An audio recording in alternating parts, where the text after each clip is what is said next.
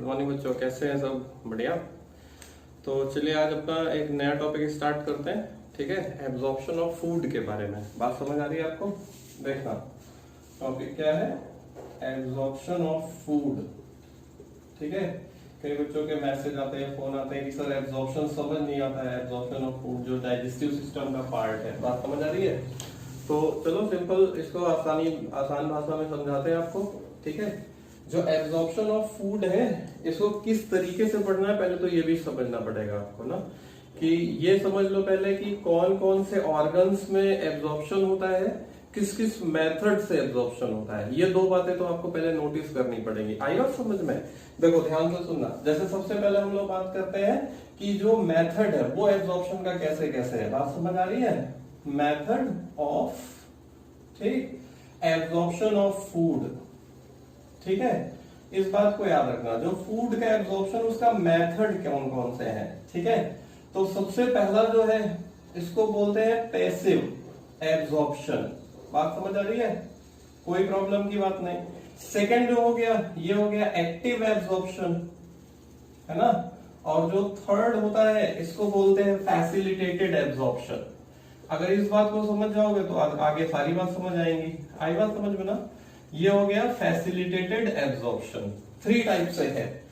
Passive वाला जो होता है ना, पैसिव वाला जो कंसंट्रेशन ग्रेडियंट पे डिपेंड करता है। बात समझ आ रही है? अपने आप ही जहां पे कंसंट्रेशन होगा, जैसे हायर टू लोअर कंसंट्रेशन की तरफ अपने आप ही फूड बढ़ने लग जाएगा, जो डाइजेस्टिव फूड है। बात समझ आ रही है?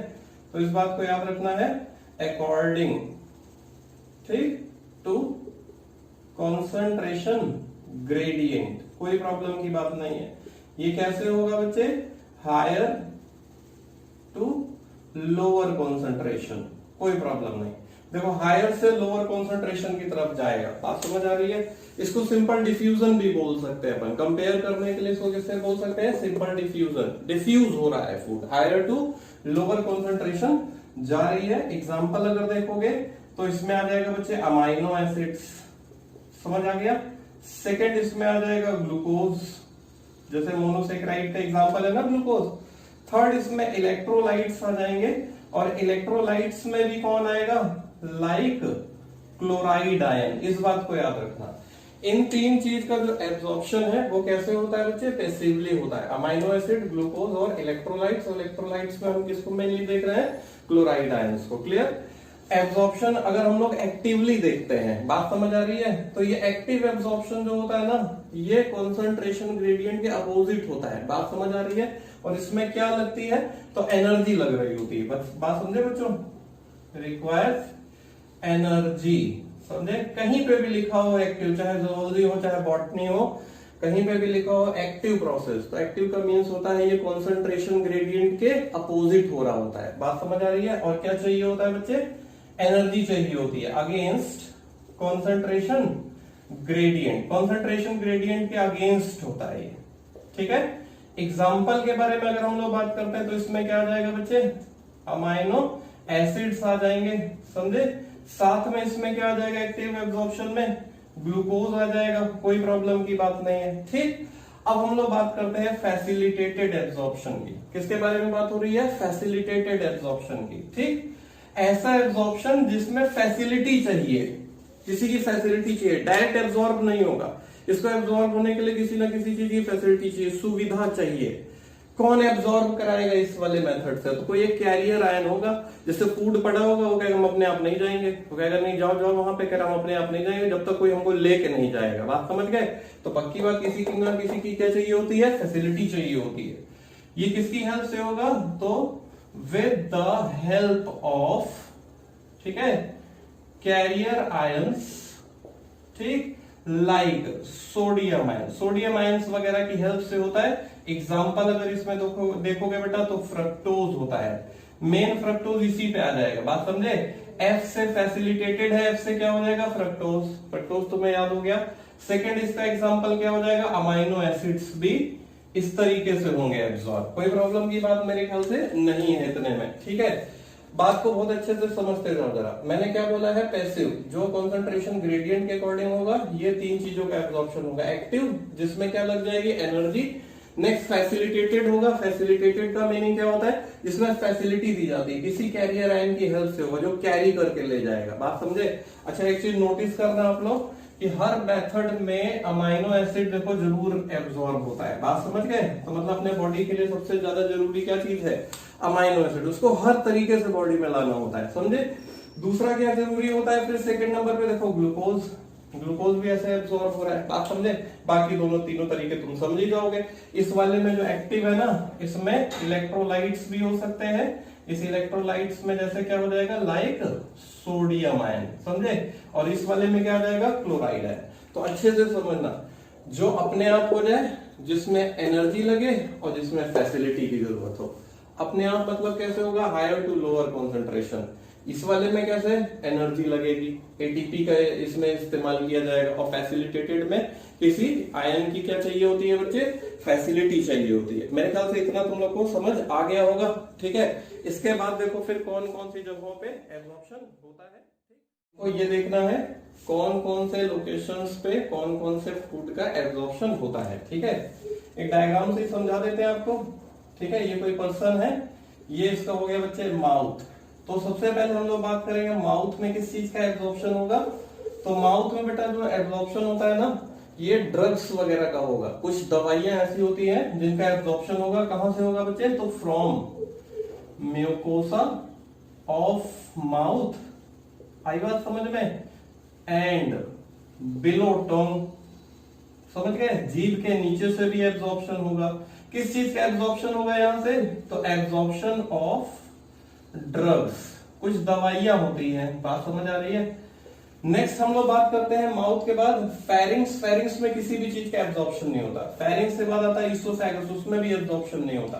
अब आता है बच्चे स्टमक, क्या आएगा, ये हो गया स्टमक, समझे? देखो स्टमक में किस चीज का एब्जॉर्प्शन होता है, ये बहुत जरूरी बात है। स्टमक में होता है सिंपल शुगर्स का एब्जॉर्प्शन। किसका एब्जॉर्प्शन हो गया, सिंपल शुगर का। दूसरा एल्कोहल का।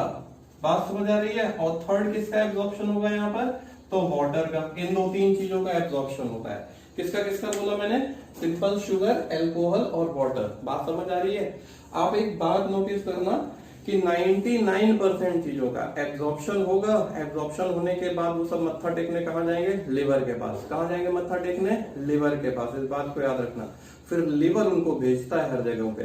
तो अगर मान लो तुमने बोला कि लिवर में जो एल्कोहल है वो स्टमक में एब्जॉर्ब हुआ, एब्जॉर्ब होने के बाद कहाँ जाएगा, लिवर। तो इसीलिए लिवर डैमेज होता है। कई लोग दिमाग गड़बड़ा जाता है कि यार एल्कोहल एब्जॉर्ब तो स्टमक में हुआ, लेकिन बेटा ये एब्जॉर्ब होने के बाद जाएगा कहां पे, लिवर। लिवर को जहां भेजना होता फिर वो अपना काम कराता। बात समझ आ रही है? ठीक। इसके बाद देखो स्मॉल इंटेस्टाइन में बात करते हैं। किसके बारे में बात कर रहे हैं, स्मॉल इंटेस्टाइन, ठीक है? जो स्मॉल इंटेस्टाइन है इसमें मैक्सिमम एब्जॉर्प्शन होता है। और वो भी कहां पे होता है बच्चे, तो इन इलियम। इलियम वाला जो इसका रीजन आता है वहां पे मैक्सिमम एब्जॉर्प्शन होता है। किस चीज का एब्जॉर्प्शन होगा, तो सारी चीजों का। बात समझ आ रही है? All food material. और इस ऑल फूड मटेरियल में क्या क्या आ जाएगा, जैसे मोनोसेक्राइड आ जाएंगे, अमाइनो एसिड आ जाएगा, फैटी एसिड, ग्लिसरॉल आ जाएगा, तुम्हारे विटामिन आ जाएंगे। इस टाइप की बहुत सारी चीजें इसमें आ जाएंगी। Most of the food material यहीं से क्या हो जाता है, एब्जॉर्ब। क्लियर? अब हम थोड़ी सी बात करते हैं लार्ज इंटेस्टाइन के बारे में। देखो स्मॉल इंटेस्टाइन के बाद क्या है, लार्ज इंटेस्टाइन। इस बात को याद रखना। लार्ज इंटेस्टाइन में किस चीज का एब्जॉर्प्शन होता है, तो यहां पर वाटर का एब्जॉर्प्शन होगा बेटा। आई बात समझ में? नेक्स्ट यहां पे विटामिन का एब्जॉर्प्शन होगा, ठीक। तीसरा यहां पे किस चीज का एब्जॉर्प्शन हो सकता है, तो कुछ ड्रग्स वगैरह का भी एब्जॉर्प्शन होगा। बात समझ आ रही है? मिनरल्स वगैरह का भी एब्जॉर्प्शन हो सकता है यहां से, ठीक है? कोई प्रॉब्लम की बात नहीं। इन सारी जगहों से एब्जॉर्प्शन होगा लार्ज इंटेस्टाइन पे। इस बात को अच्छे से समझते हुए चलेंगे। देखो बच्चों, मेरे ख्याल से इतना आपको समझ आ गया होगा, इतनी बात मेरे ख्याल से समझ आई होगी, ठीक है? अब हम इसके बाद बात करते हैं कि कैसे कैसे एब्जॉर्ब होती है सारी चीजें, ठीक है? एब्जॉर्प्शन के बाद क्या होता है, जैसे आप लोग बात करोगे मोनोसेक्राइड जो होता है, ठीक है, ये एब्जॉर्ब होके कहां पहुंचेगा, मोनोसेक्राइड के बाद जो अमाइनो एसिड्स हैं, ठीक है, फैटी एसिड और ग्लिसरॉल जो है, ये कैसे कैसे एब्जॉर्ब होते हैं, समझे? तो ये जो मोनोसेक्राइड और अमाइनो एसिड है ना, तो ये एब्जॉर्ब किए जाते हैं, absorbed by blood vessels. Clear, इसको याद रखना, ब्लड वेसल्स से एब्जॉर्ब किया जाता है। और जो फैटी एसिड और ग्लिसरॉल होता है, फैटी एसिड एंड ग्लिसरॉल, समझ गए, ये कौन एब्जॉर्ब करता है? तो एब्जॉर्ब्ड बाय, है ना, लैक्टियल्स। लैक्टियल्स क्या होता है? तो ये लिम्फ वेसल्स होती हैं बेटा, आगे बात समझ में, ये क्या होती है? Lymph vessel. तो इसके थ्रू एब्जॉर्प्शन होता है फैटी एसिड और ग्लिसरॉल का। बात समझना, वाटर के एब्जॉर्प्शन के बारे में बात कर रहा है, ठीक है, एब्जॉर्प्शन ऑफ वाटर के बारे में, ठीक, एब्जॉर्प्शन ऑफ वाटर। वाटर का एब्जॉर्प्शन कैसे होगा? तो बाय ऑस्मोसिस। बात समझ आ रही है? ऑस्मोसिस का प्रोसेस आपको पता ही है। तो सिंपल, वाटर का एब्जॉर्प्शन कैसे हो जाता है? ऑस्मोसिस के थ्रू होता है। अब इसके आगे देखो, बात समझना जरा, ठीक है, कि कैसे कैसे एब्जॉर्ब कराया जाएगा इस चीज, सारी चीजों को, ठीक है। जो फैट वाला है इसी में थोड़ा सा कॉम्प्लिकेशंस आते हैं, बाकी सबको सब कुछ पता रहता है, ठीक है। जो फैटी एसिड और ग्लिसरॉल है, ठीक है, इसके बारे में ही थोड़ी सी कॉम्प्लिकेटेड बात होती है। फैटी एसिड और ग्लिसरॉल जो है ये वाटर इनसॉल्युबल होता है। क्या होता है बेटा? Water insoluble. बात समझ आ रही है? तो पहले इसको क्या करना होता है? ब्रेक्स इनटू, ठीक है, स्मॉल ड्रॉपलेट्स, छोटी छोटी इसको ड्रॉपलेट्स में चेंज करना होता है। इन छोटी छोटी ड्रॉपलेट्स को नाम क्या देते हैं बेटा? मिसेली। बात समझ आ रही है? क्या बोलते हैं बच्चों इसको? मिसेली बोलते हैं। मेरे ख्याल से ये समझ आ गया। अब ये जो मिसेली होती है ना, इनको इंटेस्टाइनल म्यूकोसा के पास भेजा जाता है। बात समझ आ रही है? ये मिसेली कहां पहुंच गई? तो इन इंटेस्टाइनल म्यूकोसा, कोई प्रॉब्लम की बात नहीं। जब इंटेस्टाइनल म्यूकोसा में जाता है ना बच्चे, तो इस मिसेली के ऊपर, मिसेली छोटे छोटे ड्रॉपलेट्स है ना, मिसेली के ऊपर क्या हो जाता है? प्रोटीन कोट आ जाता है। बात समझ आ रही है? Micelles are get surrounded by, ठीक है, इसके ऊपर क्या आ जाता है? Surrounded by protein coat. और ये जो प्रोटीन कोट होता है, इसके चारों तरफ जैसे ही आएगा, तो अब इस स्ट्रक्चर को क्या बोल देते हैं? Structure called chylomicron. इस बात को याद रखना, स्ट्रक्चर को क्या नाम दे दिया? काइलोमाइक्रोन। देखो मैं क्या कहना चाह रहा हूं, मैंने बोला ये छोटी छोटी ड्रॉपलेट्स की फॉर्म में दिखता है आपको। बात समझ आ रही है? मिसेली की फॉर्म में दिखता है।